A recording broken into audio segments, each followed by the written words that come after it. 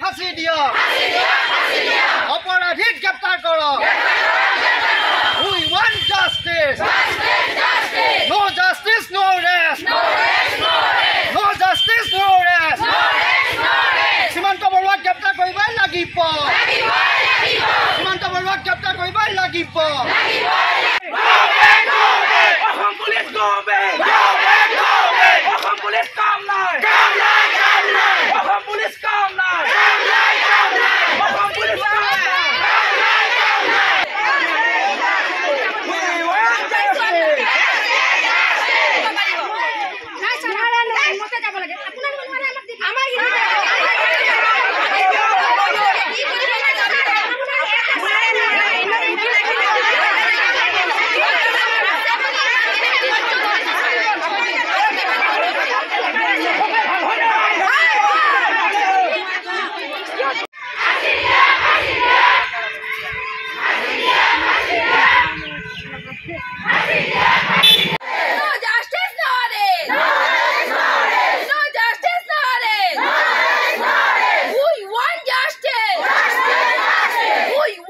তেওঁ একচুৱেলি পলাই আছে ফোন চনো তেওঁৰ ছুইচ অফ আছে তথাপি আমি যিমান পাৰোঁ চেষ্টা কৰি আছোঁ আৰু মই ৰাইজক কথাও দিছোঁ আজি যে যেনেকৈ হ'লেও যিহেতু দোষী যোন হয় তেওঁকতো আমি কৰায়ত্ব কৰিমেই যেনেকৈ হওক কাৰণ এনেকুৱা এটা অপৰাধী সাৰি যাব কেতিয়াও নোৱাৰে আমি যিমান পাৰোঁ যিমান দিন লাগিলেও আমি তেওঁক কৰায়ত্ব কৰিমেই যেনেকৈ হয় হয় সেইটো এতিয়া সৰু ছোৱালী আৰু তেওঁলোকৰো নিশ্চয় বেয়া লাগিছে বা ভয় লাগিছে ভয় এটা সোমাই গৈছে টিচাৰ এগৰাকীয়ে যদি এনেকুৱা কৰে বাকী আৰু মানুহৰ কি হ'ব গতিকে সেইটো তেওঁলোকৰ আৱেগিক হৈ গৈছে তেওঁলোক সেইকাৰণে আমি তেওঁলোকৰ কথাটো হেৰি কৰিছোঁ আৰু হয় হয় আমি এতিয়া যিমান পাৰোঁ আমি চেষ্টা কৰি চাম দুদিনৰ তেওঁলোকে টাইম দিছে কি হয় দেখা যাওক অগ্নিগড় মণ্ডল সংগঠনে আজি ৰাইকচমাৰী আৰক্ষী চকীত প্ৰতিবাদী কাৰ্যসূচী গ্ৰহণ কৰিছোঁ কাৰণ আমাৰ পৰিয়ালৰ লোকে আজি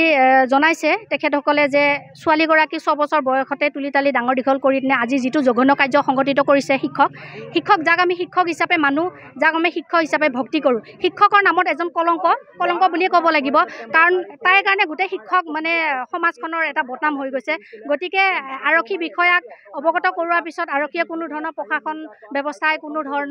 গুৰুত্ব আৰোপ নকৰাৰ কাৰণে আমি মহিলাসকলে ওলাই আহিবলৈ বাধ্য যে ছোৱালীজনী ন্যায়ৰ দাবীত আমি আজি নিজৰ সন্মান ৰক্ষা কৰিবৰ কাৰণে আমি আজি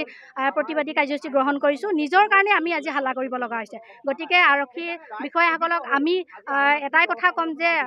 দোষী কৰায়ত্ব কৰক সীমান্ত বৰুৱাক শাস্তি দিব লাগে এনেকুৱা এখন আইন বনাওক যাতে সেই আইনে দোষীয়ে যাতে কোনো পধ্যে সাৰি যাব নোৱাৰে হয় যোৱা 6 ছেপ্টেম্বৰ তাৰিখে আমি এই ক্ষেত্ৰে সংবাদ মাধ্যমত অভিযোগ কৰিছিলোঁ যে শ্ৰীমন্ত বৰুৱা নামৰ এজন শিক্ষকে এজন অসহায় নাবালিকা ছোৱালীক ধৰ্ষণ কৰি দীৰ্ঘদিনীয়া শাৰীৰিক নিৰ্যাতন কৰি তেওঁ পলাই ফুৰিছে কিন্তু যোৱা 6 তাৰিখে আমাৰ স্থানীয় আৰক্ষী চকীত এজাহাৰ দিয়াৰ পিছতো বৰ্তমানলৈকে তেওঁ কৰায়ত্ব কৰিব পৰা নাই এইটো এই ক্ষেত্ৰত আৰক্ষী ব্যৰ্থ হৈছে কাৰণ এসপ্তাহ হৈ গৈছে গতিকে আমি আজি এই প্ৰতিবাদৰ দ্বাৰা এটাই কথা ক'ব বিচাৰিছোঁ যাতে আৰক্ষী প্ৰশাসন কঠোৰ হওক কঠোৰতকৈ কঠোৰ হওক আৰু তেওঁক কৰায়ত্ব কৰি অতি সোনকালে কৰায়ত্ব কৰি এই ক্ষেত্ৰত যি শাস্তি পাব লাগে ধৰ্ষণকাৰী যি বিহিত শাস্তি সেই বিহিত শাস্তি প্ৰদান কৰিবলৈ আমি অনুৰোধ জনাইছোঁ আজি ৰাইজ ক্ষোভিত হৈ বিভিন্ন আই মাতৃ দল সংগঠনৰ বিষয়ববীয়া ইয়াত ওলাই আহিছে এটাই দাবী শ্ৰীমন্ত বৰুৱা পলাতক এই শিক্ষকজনক অতি শীঘ্ৰে কৰায়ত্ব কৰি আইনৰ দ্বাৰস্থ কৰক আৰু তেখেতক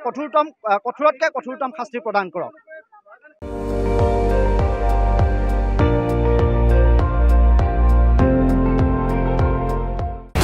আপুনি চাই আছে ND24 সৰ্বশ্ৰেষ্ঠ নহয় সৰ্বোত্তমৰ দৌৰত